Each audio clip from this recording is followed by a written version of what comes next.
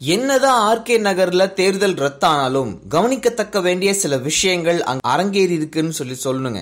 அதுல டிடிவி தினகரன் கொடுத்திருக்கிற ஸ்டேட்மெண்ட்ஸ் சிலது பார்க்கும்போது பயங்கரமா இருக்கு அப்படின்னு சொல்லி யோசிக்க தோணுது. அதாவது அமைச்சர் வீட்டுல வருமான வரி சோதனை நடந்திருக்கு.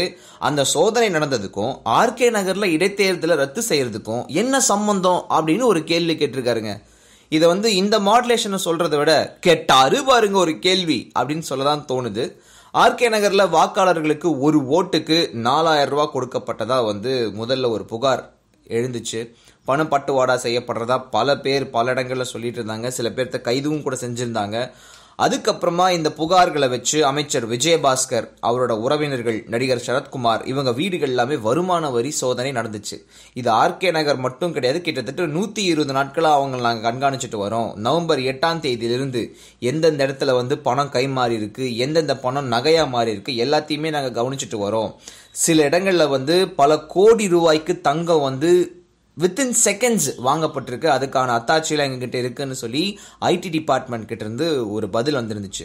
ஸோ அந்த மாதிரி ஒரு ரைட் நடக்கும்போது யார் யாருக்கு இந்த ஒரு தொகுதியில பணம் பிரிச்சு கொடுக்கப்பட்டிருக்கு, அவங்க யார் யாருக்கு கொடுக்க போறாங்க, கிட்டத்தட்ட 89 கோடி ரூபாய் அங்க இருக்கிற வாக்காளர்களுக்கு கொடுக்கப்பட்டிருக்கு இதுவரைக்கும் அப்படின்ற ஒரு டாக்குமெண்ட், முக்கியமான தலைங்களோட பேர் அடங்கிய ஒரு டாக்குமெண்ட் சிக்கினதுனால இந்த ஒரு தேர்தலை நாங்க ரத்து செய்யறோம் அப்படின்னு சொல்லி தேர்தல் ஆணையம் அறிவிச்சாங்க சார். ஆனா இப்போ தினகரன் அவர்கள் என்ன சொல்லியிருக்காங்க அப்படின்னா, தேர்தல் ரத்துக்கு பின்னாடி மத்திய அரசு இருக்கு, திமுக, ஓபிஎஸ், பாஜக எல்லாரும் சேர்ந்து கூட்டு சதி செஞ்சிருக்காங்க, இரட்டை இலை சின்னம் நிச்சயம் எங்களுக்கு கிடைக்கும், நாங்க ஜெயிப்போம் அப்படின்னு சொல்லி தினகரன் சொல்லியிருக்காருங்க. இந்த ஒரு தேர்தலை ரத்து செஞ்சது ஜனநாயக படுகொலைக்கு சமம்.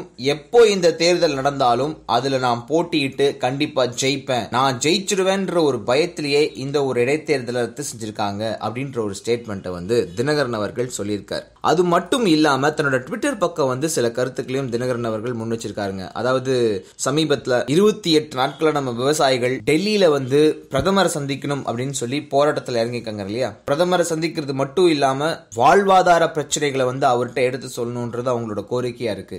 சோ இந்த ஒரு சமயத்துல நிர்வாணமான ஒரு போராட்டம் நேத்து நடந்துச்சு. அந்த விஷயத்தை பத்தி தான் தினகரன் அவர்கள் ட்வீட் பண்ணியிருக்காரு.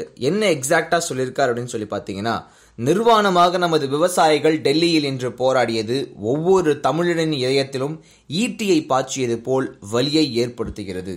பிரதமர் மோடி உடனடியாக தமிழக விவசாயிகளை சந்தித்து அவர்களது குறைகளை களைய வேண்டும்.